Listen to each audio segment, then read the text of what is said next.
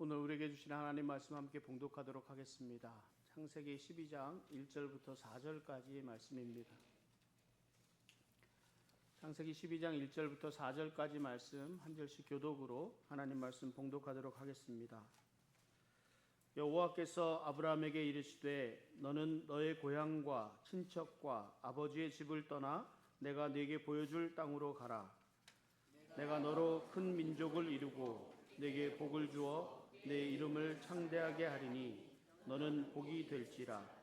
너를 축복하는 자에게는 내가 복을 내리고 너를 저주하는 자에게는 내가 저주하리니 땅의 모든 족속이 너로 말미암아 복을 얻을 것이라 하신지라.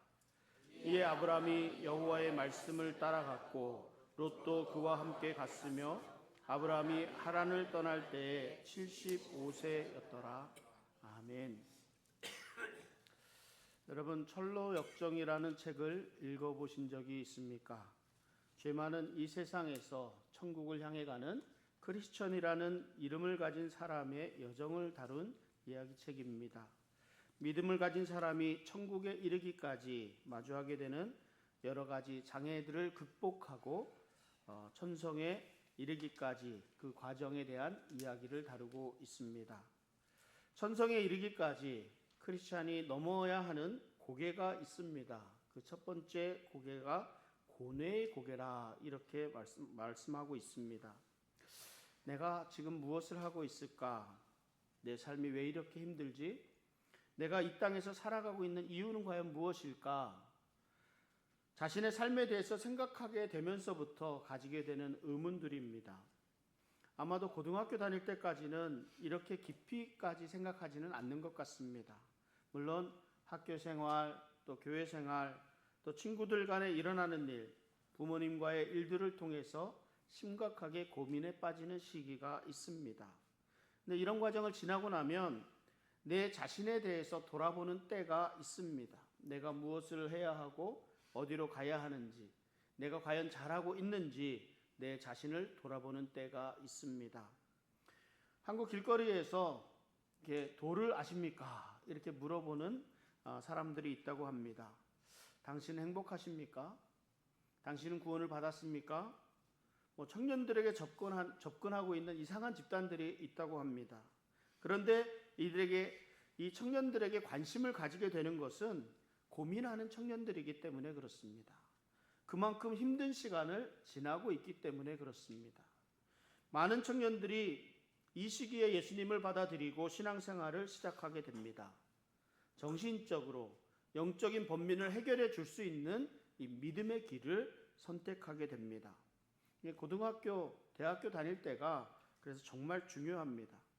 그래서 우리 교단에서는 SFC 운동이라는 것을 합니다. 학생 신앙 운동이라 부릅니다.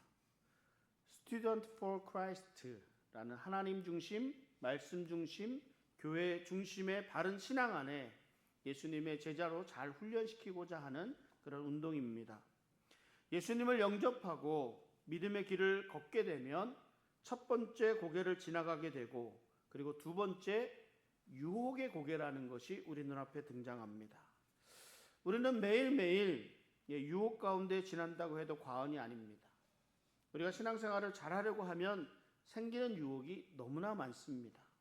하나님 중심, 말씀 중심, 교회 중심으로 살아가려고 하는데 방해되는 것들이 정말 많습니다. 오늘도 이 수많은 유혹들을 물리치고 이 자리에 나오신 우리 성도님들에게 하나님의 크신 은혜가 가득하시길 주님의 이름으로 축원합니다. 이상하게 주일만 되면 약속이 생겨요. 또 주일만 되면 더 피곤해지는 것 같습니다. 부부싸움을 해도 꼭 주일 아침에 해요. 극복해야죠. 우리 말씀대로 살려고 하니까 손해보는 것이 너무 많습니다. 잠시 눈만 조금 감으면 물질적인 유익이 너무나 크기 때문에 좀 모른 척하고 눈 감게 되는 일들도 생기게 됩니다.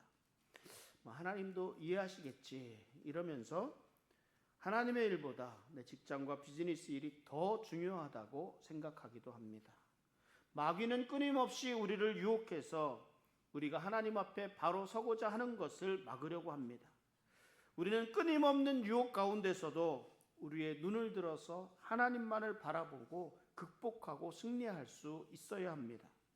그런데 우리에게 이런 어려움이 끝이 없습니다. 신앙생활을 마치 롤러코스터와 같다 이렇게 표현을 합니다. 우리에게 다가오는 이 순환의 고개는 믿음을 위해 감당하고 지켜나가야 하는 그런 박해, 고난 이런 것들이 늘 따르게 된다는 말입니다. 예수 믿는 사람이기에 다른 사람들보다 좀 더 손해를 봐야 되는 것 같습니다.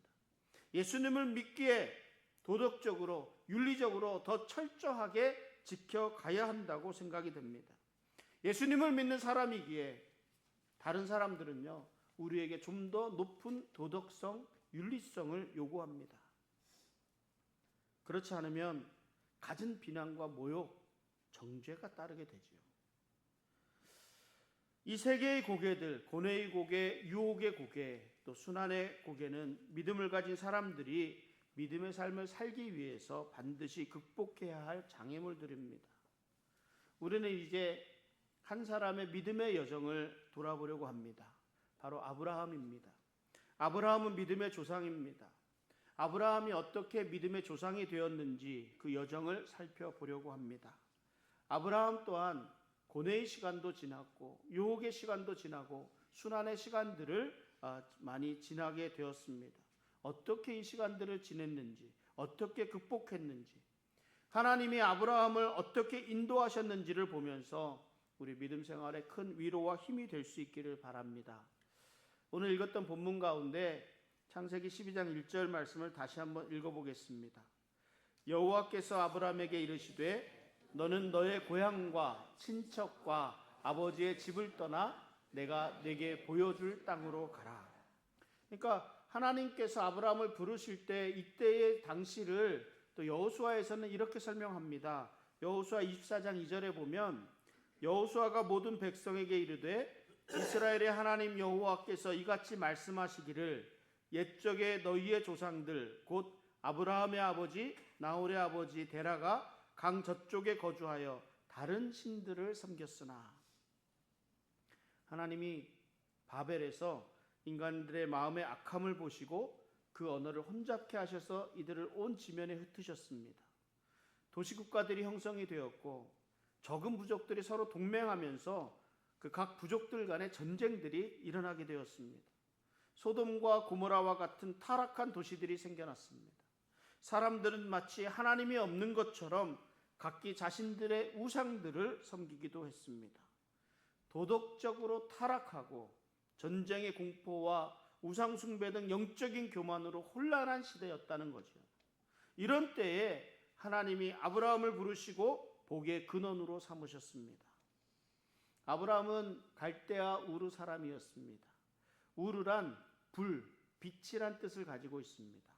우르는 빛과 불을 숭배하는 그런 도시, 우상의 도시였습니다. 그들은 크고 작은 탑들을 쌓아서 탑 꼭대기에 해와 달의 모양을 이렇게 달아놓고 불과 빛을 숭배해 왔다고 합니다. 당시에 갈대아 우르는 바벨론과 수메르 지방의 문화적, 교육적, 상업의 중심지였습니다. 당시 사람들이 섬기던 신들이 이렇습니다. 하늘의 신, 하늘의 신이자 모든 신들의 아버지인 안, 그리고 하늘의 신인 이 안의 아들로서 실질적인 최고 권력자였던 엘릴, 지혜와 물의 신이라고 하는 엔키, 당시 우르의 그런 주된 신이었던 달의 신인 난나의 아들이면서 태양신, 또 태양신이었던 우투, 이런 신들이 정말 다양하지 않습니까? 아브라함이 이런 강력한 다신교 문화 속에서 자라났습니다. 하나님이 갈대아 우르를 떠나라 한 것은 이런 우상들을 숭배하는 세계에서 떠나라 하신 것입니다. 그리고 하나님은 이 땅을 너의 고향과 친척과 아버지의 집이라 이렇게 부르셨습니다. 아브라함과 맺고 있던 이 모든 인간관계조차도 거기서 떠나라 이런 말씀입니다. 단절해라 이거죠. 아브라함의 고향은 우상을 숭배하던 지역이었습니다. 아버지의 집 또한 우상을 섬기는 곳이었습니다. 아브라함은 어려서부터 이런 환경에서 자기도 모르게 우상을 섬기는 것을 배워왔을 겁니다. 하나님은 이를 통해 아브라함이 옛 생활을 벗어버리고 하나님을 중심으로 하는 새로운 생활을 시작하기를 원하셨습니다. 그리고 말씀하시는데 내가 네게 보여줄 땅으로 가라 이렇게 말씀하셨습니다. 아브라함이 이 땅이 어떤 곳인지를 알지 못합니다. 이 땅은 하나님만 아시는 것이죠. 오늘날 우리는 잘 알죠. 가나안 땅이잖아요. 아브라함이 살던 갈대아 우르는 수메르 문명이 발생한 비옥한 땅입니다. 그곳에는 자기를 도울 수 있는 많은 친척들이 있었습니다. 아브라함이 살아가기에 많은 힘이 되는 땅이었습니다. 그런데 이제 하나님이 가라고 하시는 땅은요, 아브라함이 전혀 알지 못하는 땅입니다. 이제부터는 의지할 것이 없습니다. 비옥한 땅도 도와줄 친척도 아무도 없습니다. 오직 하나님만을 보아야 합니다. 아브라함이 갈대아 우르를 떠나 하란에서 5년 정도 머물렀습니다. 거기서 아버지 데라가 죽었습니다. 하나님은 이곳 하란에서도 떠나라 하신 것이죠. 지금까지 아브라함의 삶의 중심에 아버지와의 관계가 있었다면, 지금까지 아브라함이 의지했던 친척들과의 관계로 살아왔다면, 또한 눈에 보이는 풍부하고 여유로운 삶을 향해서 나아갔다면, 그러나 이제는 이 모든 관계를 끊고 하나님과의 언약 관계로 살아가라고 말씀하고 있습니다. 그런데 하나님이 가라고 하시는 땅을 아브라함이 알지를 못하거든요. 이 말씀이 무엇을 의미하고 있는 것이겠습니까? 그 땅이 비옥한 땅이든 그렇지 못한 땅이든 하나님이 가라 하시는 곳으로 가라 이 말씀입니다. 전적으로 하나님만을 의지하라는 것입니다. 하나님의 주권에 순종하는 삶을 살아야 할 것이다 말씀합니다. 제가 목회 초기에 가장 부르기에 부담이 되는 찬송가가 있었습니다. 어떤 찬송가인지 323장인데 아시는지 모르겠습니다. 부름받아 나서니 몸 어디든지 가오리다. 좋은 환경에서 목회를 하고 싶은 마음은 누구에게나 있습니다. 그런데 어디를 가든지 괴로우나 즐거우나 주만 따라가라 합니다. 존귀 영광 모든 권세는 하나님께 주님 홀로 받으시고 멸시천대 십자가는 제가 지고 가겠다고 고백합니다. 이 악을 골짜 빈들에도 복음 들고 가오리다. 소돔 같은 거리에도 사랑 안고 찾아가서 아낌없이 드리리다. 이렇게 고백합니다. 이게 얼마나 부담이 돼요. 제가 이제 사역지를 위해서 기도할 때 구체적으로 어떤 곳을 가야 할지를 놓고 구하지를 않았습니다. 그냥 하나님이 열어주시는 곳이면 어디든지 가겠다는 마음을 먹고 있었습니다. 그렇죠. 악을골짝 빈들에라도 가라시면 가야지요. 그런데 이왕이면 사례도 많고 또 사역할 수 있는 좋은 환경이었으면 더 좋지 않을까 이런 생각을 가지게 되었습니다. 제가 시애틀에서 목사 안수를 받고 다음 사역지를 구할 때 이제 부교역자 자리도 있고 또 담임 목사 자리도 있고 여러 자리가 있었습니다. 제가 이력서를 내지를 않았습니다. 여러 목사님들에게 제가 다음 목회지를 찾고 있습니다 라고 말씀만 전해드리고 있었습니다. 좋은 교회 소개해달라고. 당시 교단 안에서 이 부교역자를 찾는 곳도 있었고 새로운 담임 목사를 찾는 교회도 있었습니다. 어느 곳에서 하나님이 저를 부르실지 기대하는 마음을 많이 가지고 있었습니다. 그런데 어느 날 저희 담임 목사님이 저를 부르시더니 이 목사 얼마나 구체적으로 지금 기도하고 있느냐고 물으시는데요. 저는 할 말이 없었습니다.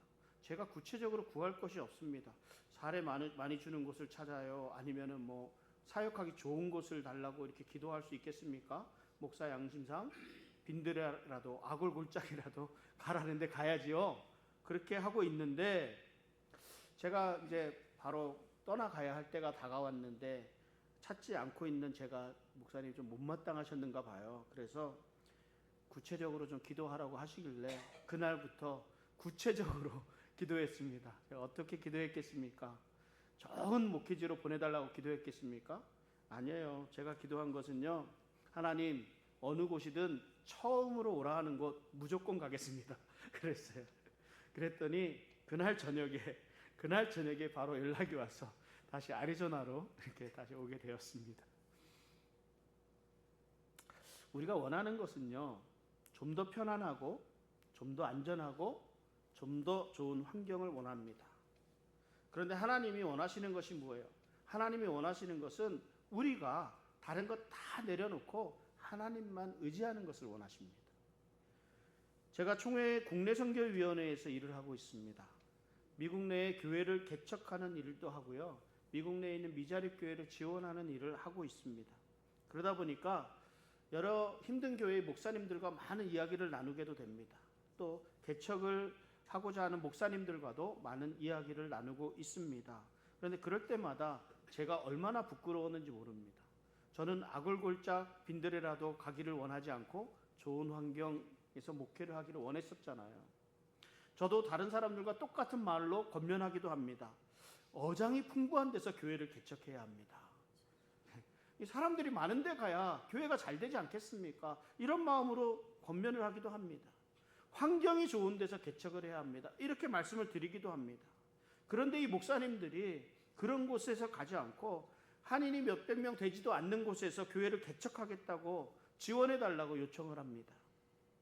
먹고 사는 문제가 해결됐냐고 하니까 먹고 사는 문제가 해결되지 않은 상태에서 어찌 보면 험지라고 하는 곳에서 복음을 들고 나서려고 하는 이 목사님들의 도전이 계속되고 있습니다. 하나님의 부르심에 순종하는 것이지요.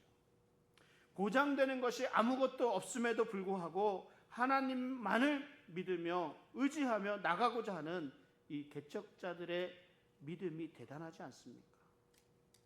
저희 교단의 약 70% 정도가 미자립 교회입니다. 많은 목사님들이요, 우버를 하면서 목회를 하고 계십니다. 그럼에도 불구하고 각자의 위치에서 복음을 바로 세우고자 하시는 이들의 열정이 얼마나 뜨거운지 모릅니다. 우리 교단 산하에 있는 미자립 교회와 또 교회 개척을 위해서 많이 기도해 주시기 바랍니다. 아브라함이요, 어디로 가야 할지 알지 못했습니다.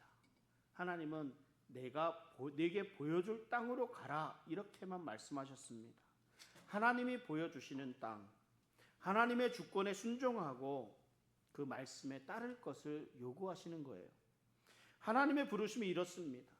지금 당장 우리의 눈에는 보이지가 않습니다. 우리 눈에는 정해진 것이 아무것도 없을 수 있습니다. 그러나 하나님께서는 다 아시거든요. 하나님께서는 우리가 어디로 가야 할지, 우리가 어떻게 해야 될지 모든 것을 알고 계십니다. 그러므로 하나님을 믿고 하나님만 의지하며 따를 것을 말씀하고 있습니다.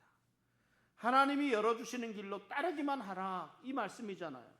하나님의 부르심에 우리가 바로 응답해야 하는 이유가 여기에 있습니다. 그럼에도 불구하고 하나님은 우리가 하나님의 뜻을 따를 때에 왜 하나님의 뜻을 따라야 하는지 그 이유까지도 잘 설명해 주시고 있습니다. 오늘 본문 창세기 12장 2절부터 3절, 2절 3절을 다시 한번 같이 읽어보겠습니다. 내가 너로 큰 민족을 이루고 내게 복을 주어 내 이름을 창대하게 하리니 너는 복이 될지라. 너를 축복하는 자에게는 내가 복을 내리고 너를 저주하는 자에게는 내가 저주하리니 땅의 모든 족속이 너로 말미암아 복을 얻을 것이라 하신지라. 하나님이 아브라함에게 주시는 말씀이 무엇입니까? 내가 너로 큰 민족을 이루겠다 말씀하십니다. 아브라함을 통해서 큰 민족을 이루는 일을 직접 하시겠다 말씀하십니다. 아브라함의 노력으로 만드는 것이 아니라 하나님이 직접 이루시고 성취하실 것을 약속해 주십니다. 왜 그래요? 사실 아브라함은 아무것도 가진 것이 없습니다. 큰 민족을 이룰 만한 능력이 없습니다. 나이는 이미 75세까지 되었습니다. 게다가 대를 이을 자식도 없습니다. 그런데 하나님이 큰 민족을 이루시겠다 하십니다. 하나님이 이루시겠다고 말씀하시고 있습니다. 또한 하나님은 아브라함에게 내가 네게 복을 주시겠다 말씀하십니다. 여러분, 하나님의 말씀을 매일매일 읽으면서 매일매일 다시 한번 확인하게 되는 것이 있습니다. 하나님은 우리가 하나님의 말씀에 따라서 행동하면 그에 따른 상을 반드시 주십니다. 하나님은 우리가 하나님의 말씀을 따라 행동할 때마다 그 순종하게 되면 상을 주시는데, 아브라함에게는 고향과 친척과 아버지의 집을 떠나면 복을 주시겠다고 말씀하십니다. 실제로 하나님의 말씀을 따라서 그 길을 떠난 아브라함에게 하나님이 평생 동안 함께 하시면서 축복해 주셨습니다. 아브라함이 모든 민족의 모든 민족의 조상이 되었습니다. 복의 근원이 되었습니다. 또 어떻습니까? 하나님은 내가 내 이름을 창대케 하리라 말씀하셨습니다. 하나님이 아브라함이라는 그 이름을 아브람을 아브라함으로 바꾸어 주시고 아브라함을 이스라엘 민족의 조상으로 세우셨습니다. 모든 믿는 사람들의 조상이 되게 하셨습니다. 이름을 창대케 한다는 말이 무엇이에요? 그 이름을 명예롭게 해주시겠다는 말씀입니다. 바벨의 탑을 쌓았던 사람들은 자신의 이름을 높이기 위해서 탑을 높이 쌓아 올라갔습니다. 이를 옳게 여기지 않으신 하나님이 언어를 혼잡하게 하셔서 이들을 다 흩어버리셨습니다. 그런데 하나님이 아브라함에게 그 이름을 창대케 하시겠다고 말씀합니다. 여러분, 내 이름을 내가 높이는 것이 아닙니다. 내 이름은 하나님이 높여주십니다. 왜 나에게 이렇게 대우를 안 해주느냐? 불평한다는 것은요, 결국은 내가 잘못하고 있다는 거죠. 저도 이런 생각 참 많이 했었습니다. 하나님, 내가 이렇게 열심히 하면 하나님께서 이것도 주시고 저것도 주시고 뭐 교회도 주시고 뭐 일꾼도 주시고 뭐 여러 가지 다 주시지 않겠습니까? 그런데 그렇지 못한 현실에 실망하고 낙심하게 됩니다. 그런데요, 원망하고 불평하다가 이런 제 모습을 보잖아요. 그러면 제가 지금 어디에 있는지가 분명하게 보입니다. 어느덧 하나님이 부르신 그 자리에서 조금 떨어져 있는 제 모습을 보게 되는 거예요. 우리가 하나님의 말씀에 순종하고 충성하면 하나님이 내 이름을 높여주십니다. 그러니까 내가 높아지고자 하는 것은 무엇이에요? 그것이 바로 교만이거든요. 교만. 자칫 하나님을 대적하는 행위가 되기도 합니다. 내 이름은 하나님이 높여주십니다. 그리고 하나님은 아브라함이 복이 될 것이라 말씀하십니다. 우리 한글 개역 성경에 보면 복의 근원이 되게 해주시겠다 이렇게 말씀합니다. 아브라함이 믿음의 조상이 될 것입니다. 훗날 예수님을 믿는 믿음으로 사는 모든 성도들이 아브라함처럼 믿음으로 의롭게 되는 영적인 축복을 받게 될 것입니다. 아브라함의 후손을 통해서 메시아가 올 것이고 이를 통해서 만인이 구원을 받을 수 있는 근원이 되게 하시겠다 말씀합니다. 아브라함은 복의 근원이 될 것이라 말씀하셨습니다. 저는 우리 교회 모든 우리 성도님들이 축복의 통로가 되었으면 좋겠습니다. 제가요 오지랖이라고 하지요. 오지랖이 참 넓은 사람입니다. 저는 다른 사람들에게 신경 쓰지 않아도 될 부분까지도 신경 쓰고 도와주려고 합니다. 어떤 때는 그래서 그 선을 넘을 때도 있습니다. 제가 너무 다른 사람 일에 간섭하는 것은 아닌가 그런 생각이 들 때도 있습니다. 도움이 필요한 사람을 보면 안타까운 마음이 듭니다. 저는 이것이 우리 주님이 주시는 마음이라고 생각하고 늘 빚진 자의 마음이라 생각하면서 대하고 있습니다. 그러다가 많이 이용당하기도 합니다. 잘못된 일에 이용당하기도 하고. 그래서 서운하고 그래서 실망하고 다시는 그러지 말아야지 하면서도 그래도 다른 사람들을 돕고자 하는 마음은 하나님이 주시는 선한 마음입니다. 그래서 또 행합니다. 다른 사람의 필요를 채우는 일에는 큰 보람이 따릅니다. 이를 통해서 예수 그리스도의 사랑이 전해지는 열매를 맺는다면 더 큰 보람이겠죠. 그리고 이런 것들을 통해서 복음이 전해지고 구원의 열매를 맺게 되는 것은 큰 보람 아니겠습니까? 저를 통해서 예수님을 믿고 구원을 받는 사람이 있다면 이보다 더 큰 축복이 어디에 있겠습니까? 우리의 삶을 통해 우리의 조그마한 행위를 통해서 수많은 사람들이 예수님을 믿고 구원받는 축복이 가득하기를 주님의 이름으로 축원합니다. 사람은 누구와 같이 있느냐에 따라서 그 능력이 달라집니다. 내게 큰 힘이 되는 사람과 함께 있으면 무엇인지 두려울 것이 없습니다. 그래서 어린아이들에게는요, 아버지가 함께 있을 때 힘이 가장 커집니다. 어느 누구와 다투어도 지지 않을 것이라는, 왜? 든든한 배경이 아버지가 뒤에 딱 서 있잖아요. 하나님은 아브라함에게 너를 축복하는 자는 내가 복을 내리고 너를 저주하는 자에게는 내가 저주하리라 말씀하셨습니다. 이 말씀이 무슨 말씀입니까? 하나님이 아브라함의 편이 되어 주시겠다 이 말씀입니다. 하나님이 아브라함과 언제나 함께해 주시겠다는 말씀입니다. 아브라함과 함께해 주실 뿐만 아니라 하나님이 아브라함의 힘이 되어 주시겠다는 거예요. 저도 제가 무슨 일을 할 때도 담대하게 할 수 있는 것은 나와 함께 하시는 하나님이 계시기 때문입니다. 내가 주님의 일을 하고 있다는 이 확신이 있을 때 담대할 수 있습니다. 제가요, 이곳에서 오래 목회를 하고 있으니까 이 아리조나를 지나가는 목사님들이나 장로님들이나 어떤 알고 계신 분들이 꼭 반드시 저를 찾아오시곤 합니다. 그러면 얼마나 반가운지 몰라요. 여행을 하다가 주일이 되어서 예배를 드릴 곳을 찾게 될 때에 저희 교회를 또 일부러 찾아서 방문해 주시는 분들도 계십니다.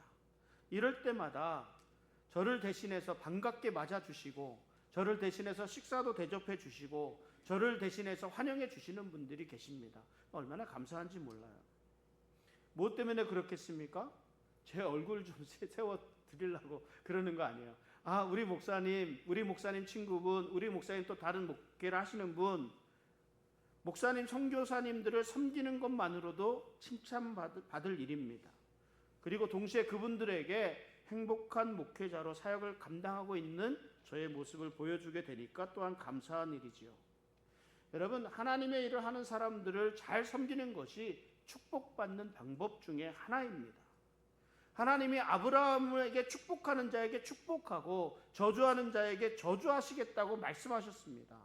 그리고 실제로 이 말씀 이후에 애굽의 왕 바로가 그 아브라함의 아내 사라를 데려다가 이렇게 데리고 가니까 하나님이 그 바로의 집에 큰 재앙을 내려서 곤란을 겪었습니다. 그랄 왕 아비멜렉이 있잖아요. 그 아비멜렉도 사라를 데리고 가니까 하나님이 꿈에 나타나서 네가 정녕 죽으리라 경고하셨습니다. 그리고 그 집안의 태를 다 닫아버리셨어요. 곤란해졌잖아요. 하나님이 내 편이시라는 사실이 얼마나 든든한지 모릅니다. 그리고 하나님은 마지막으로 이 땅의 모든 족속이 아브라함으로 인하여 복을 얻을 것을 말씀하셨습니다. 이것은 장차 오실 예수 그리스도에 대한 약속의 말씀이었습니다. 오늘 말씀을 좀 정리해 봅니다. 하나님이 아브라함을 부르셨습니다. 고향과 친척과 아비의 집을 떠나라 말씀하셨습니다. 우상에 가득했던 삶을 버리라는 말씀입니다. 우상으로 맺어진 관계들에서 떠나라는 말씀입니다. 옛 생활에서 떠나 새로운 삶을 시작하라는 말씀입니다. 그런데 어디로 가라는 말씀이 없습니다. 다만 내가 네게 보여줄 땅으로 가라는 말씀입니다. 그것이 어떤 곳인지 아브라함이 알 수가 없습니다. 젖과 꿀이 흐르는 비옥한 땅인지 황량하고 메마른 광야인지 알 수가 없습니다. 그럼에도 불구하고 하나님이 보여주시는 땅을 가라는 말씀은 하나님만 믿고 하나님만 의뢰하며 살아가라는 말씀입니다. 우리는 당장 지금 내가 가지고 있는 것을 다 잃어버리면 살 수 없을 것이라 생각합니다. 내가 가진 재물, 내가 가진 경험, 내가 가진 지식이 내 삶을 지켜주리라고 믿고 있습니다. 그러나 우리의 믿음을 내 지식과 경험과 내 능력과 내 재물에 두어서는 안 됩니다.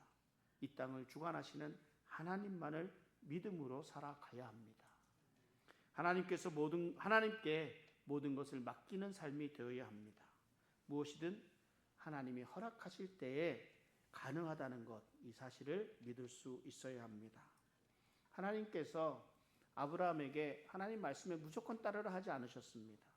아브라함에게 7가지 복이 임할 것을 말씀하셨습니다. 하나님이 우리에게 많은 것을 허락하십니다. 우리를 위해서 많은 것을 준비해 놓고 계십니다. 다만 하늘문을 열고 내려주시기만 하면 됩니다. 그런데 하나님이 그냥 주시지를 않습니다. 반드시 우리가 앞서 행해야 될 일이 있습니다. 하나님은 아브라함에게 고향과 친척과 아버지의 집을 떠나라고 말씀하셨습니다. 하나님이 보여주실 땅으로 가라고 말씀하셨습니다. 하나님의 말씀에 순종하게 될 때 하나님이 하늘문을 여시고 복을 내려 주시겠다고 약속해 주셨습니다. 하나님은 철저하십니다. 우리가 하나님의 말씀에 순종할 때 하나님의 역사가 임하는 것입니다. 여호수아가 가나안 땅을 정복하러 나갈 때 요단강에 물이 넘쳐서 건너갈 수가 없었습니다. 하나님이 요단을 건너가라고 명령하셨습니다. 그런데 물이 갈라지는 것은 모세와 같은 훌륭한 지도자만이 할 수 있는 능력이라고 그렇게 생각할 수도 있었지 않겠습니까? 그러나 하나님이 요단을 건너라 하실 때에 여호수아가 그 말씀에 순종했습니다. 언약궤를 맨 제사장들이 요단에 발을 딛자마자 흐르던 요단강의 물이 멈추어 벽을 쌓았습니다. 홍해를 건너던 때와 마찬가지로 마른 흙으로 건널 수 있었습니다. 우리가 하나님의 말씀에 순종하기만 하면 하나님이 그 다음 길을 인도해 주십니다. 능력도 주시고 힘도 주시고 나아갈 길도 열어 주십니다. 하나님이 언제나 우리의 편이 되어 주십니다. 하나님이 내 배경이 되어 주십니다. 하나님이 함께 하시는 길에 두려움이 없습니다. 우리는 다만 하나님의 말씀에 충성하고 기도하고 하나님께 감사하며 하나님의 부르심에 순종하면 됩니다. 하나님께서 우리의 나아갈 길을 열어주시고 축복하여 주실 것을 믿습니다. 아브라함은 갈 바를 알지 못하였으나 하나님의 말씀에 순종했습니다. 복의 근원이 되게 하시겠다는 약속의 말씀을 붙들고 하나님이 보여주시는 땅으로 향하여 나아갑니다. 하나님이 이런 아브라함과 함께 평생을 함께해 주셨습니다. 하나님의 부르심에 즉각 순종하는 성도님들 되시기를 바랍니다. 그 말씀에 따르는 삶에 하나님이 언제나 함께 하십니다. 그래서 이 땅에서 하나님과 동행하며 축복의 통로로서 바로 설 수 있는 복된 성도의 삶 되시기를 우리 주님의 이름으로 축원합니다. 이 시간 같이 좀 기도하겠습니다.